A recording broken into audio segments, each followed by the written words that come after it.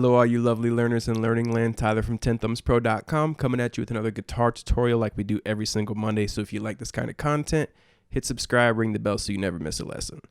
Today, we're going to turn your basic strumming rhythm into something much more advanced and unique, but I'm also going to walk you through exactly how I did it so you can apply these techniques to any chord progression. Printable tabs by becoming a Patreon for this tutorial, all our tutorials, links up here in the notes, a link to this direct lesson pinned in the first comment, plus some timestamps to jump to the parts you're learning, accelerating your learning. Additional links in the description, including my email if you want some one-on-one lessons, plus our other social networks. Let's do it. Grab the guitar, medulla oblongata, and your attention span. Once you got those three things, follow me on in and let's break this lesson down. Come on in. So we're going to jump in and I'm going to show you the patterns, the two patterns I was playing in the intro, and then I'm going to show you how to transform the easier one into the complicated one. Okay, so we're going to start off with an A chord, a C sharp minor chord, and a B minor chord. Okay, so the rhythm is 1, 2, 3, 4, 1, 2 and 3, 4. 1, 2, 3, 4, 1, 2 and 3, 4. And for our strum pattern over the A, we're going to go down, down, down, up. 1, 2 and up. To our C sharp minor. Same thing, down, down, down, up. Down, down, down, up, down, down, down, up, down. 1, 2 and a 3, 4 and a. To the B minor, 1, 2 and. So you'll do a down on the B minor, then a mute, and then another down. 1, 2 and. After the and, you're gonna give it another 1, 2 and 4 E and up. So you're gonna go 1, 2 and 4 E and or down, mute, down, down, down, up, down, up.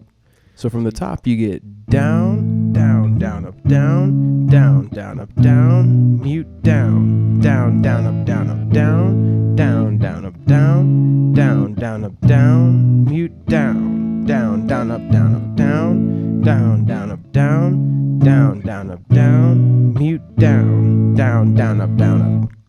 If you were to count it, you would get 1, 2 and a 3, 4 and a 1, 2 and 4 E and a 1, 2 and a 3, 4 and a 1, 2 and 4 E and a 1. So that is the foundation, and that's what we're going to modify.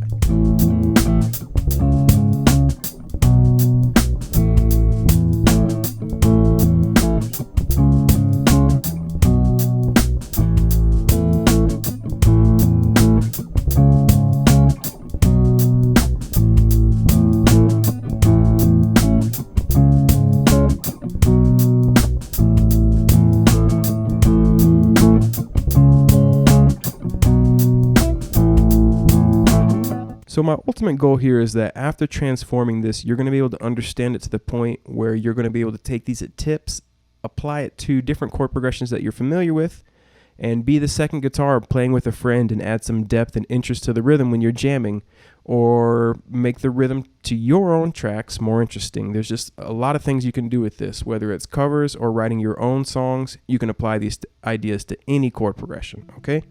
So we're going to start with this A chord. We're going to transform it to this A chord. Now, I think a lot of you are going to be able to do this. Some of you aren't. So let's take a look at how we did this. How do we know that this is an A chord? That's the first question we have to answer.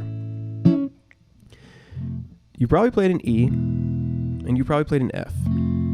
But maybe you haven't noticed that if you take this F and move it half a step up to the fretboard, it's the same shape.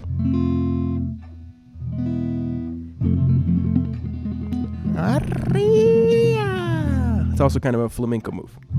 So this is an F note. This is an E note. If I take that same F shape though and move it up 2 frets, it becomes a G chord, and I know that because this is a G note. A A chord, A note. If I know what note I'm playing with this F chord, F shape, E shape actually, if I know what the note is on the E string, I know what the chord is. A, B, C, etc. So I have this big A chord here. But I don't need to play all 6 strings because the A chord's actually only 3 notes. It's an A, a C sharp, and an E. So the rhythm we came up with here was this.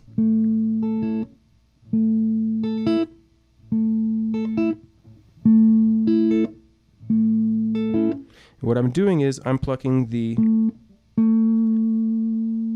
right here, the D string, the high E, and the B string. 1 E, and a 2.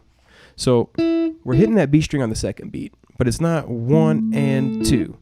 1 and 2. It's 1 E, and a 2.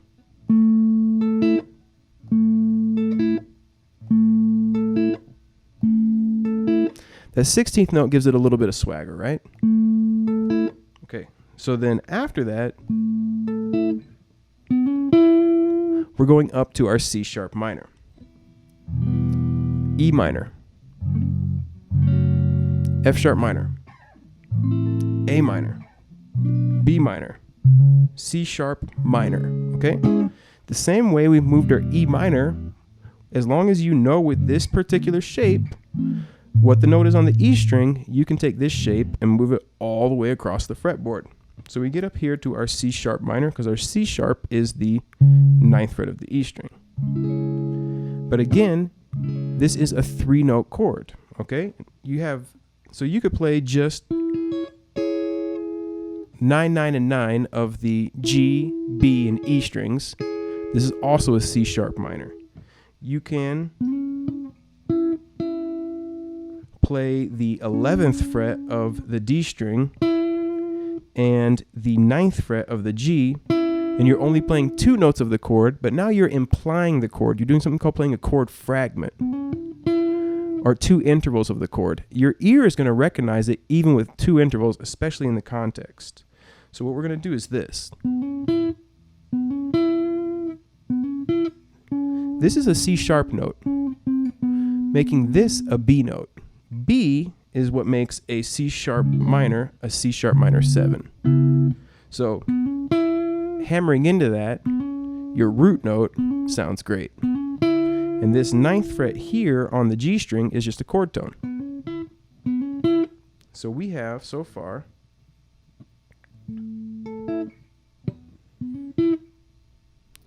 we have really basic, but sounds great. And that used to be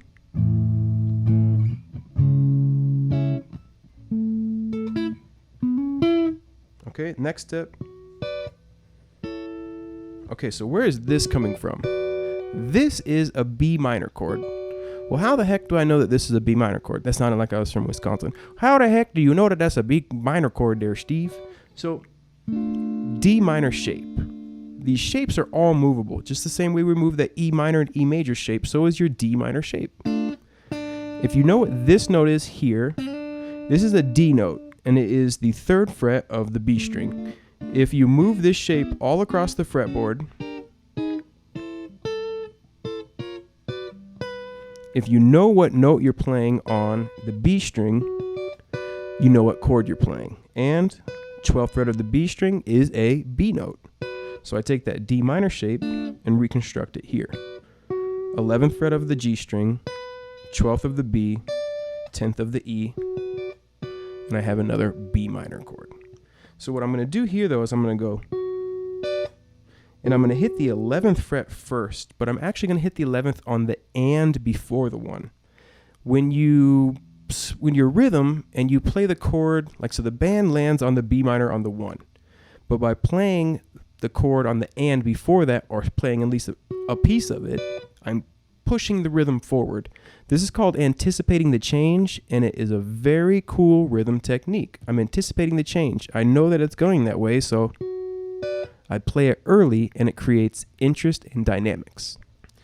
1, 2, 3, 4, and 1.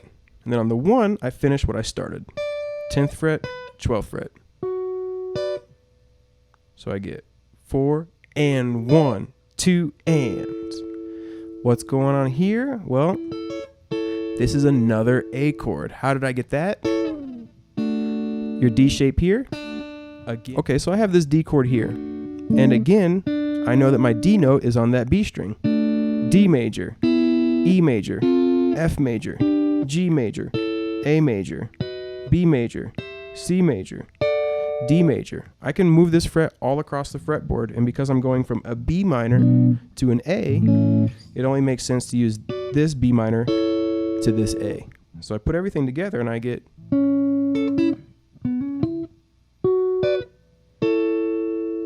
so we transform this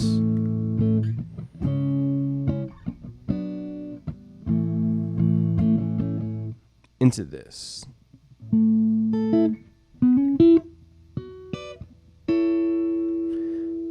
It's more interesting, all right? It's great, and you can sing over it when you're playing with the band. Other people are going to sing over it. It's not invasive. By targeting chord tones, we're really just playing rhythm. This isn't a solo. These are all just adding to the rhythm of it, so it sounds great when you're singing over it too. All right, and then the next phrase, next time through the progression, we're going to play this.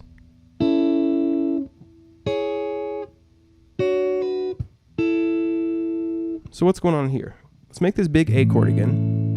Within this A, you have A chords, because again, it's 6 strings, but it's only 3 notes. This is a cool A chord here, which is the 7th fret of the D, 6th fret of the G, 5th fret of the B. But we can also make an inversion, which is 6th fret, 5th fret, 5th fret. And this is a first inversion, meaning it's a A with a C sharp in the bass. So we're going to play all 3 of those, and we're going to let it ring. 1, 2, 3, 4. We're going to go up here. We're going to play an inversion of our minor chord, where we're just playing the highest 3 strings as well. 1, 2, 3, 4 to the B minor. Now you're probably thinking, well, you did this on the B minor. So what's going on? Why aren't you playing just this? Well, you can take your B minor and you can move the pinky down here. You get what's called a B minor 9. A beautiful, lovely extension. Always makes me think of the D minor 9. Makes me think of Al Green.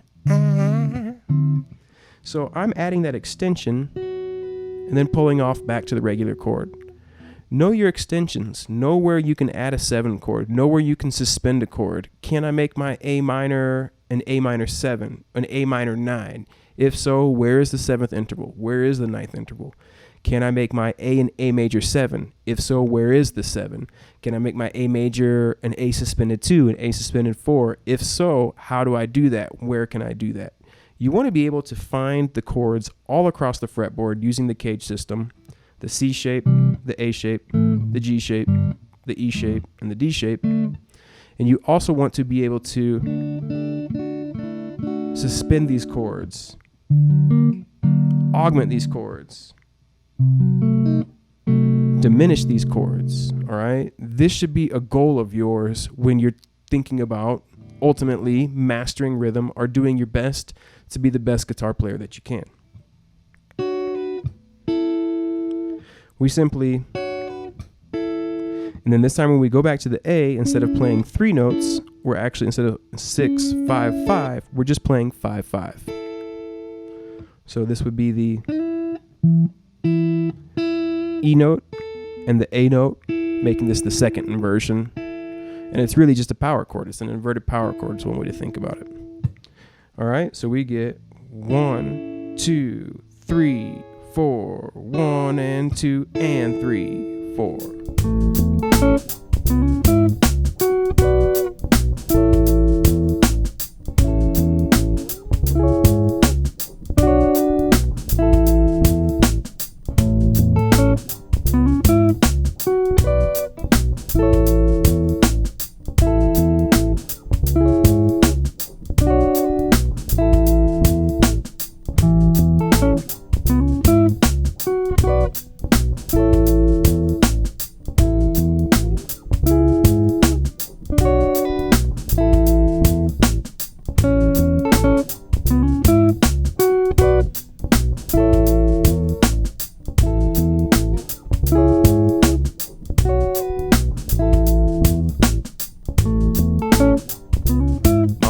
said crocodiles was ornery because they got all them teeth and no toothbrush to brush them with. All right, so happily teaching you this lesson. I hope you dig it.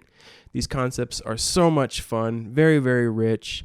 Listen to a band like Van Morrison. Listen to what the guitar is doing in the background. Listen to a song like Cruisin' by Smokey Robinson. There is a guitar playing, but it's not playing an E and an F sharp minor.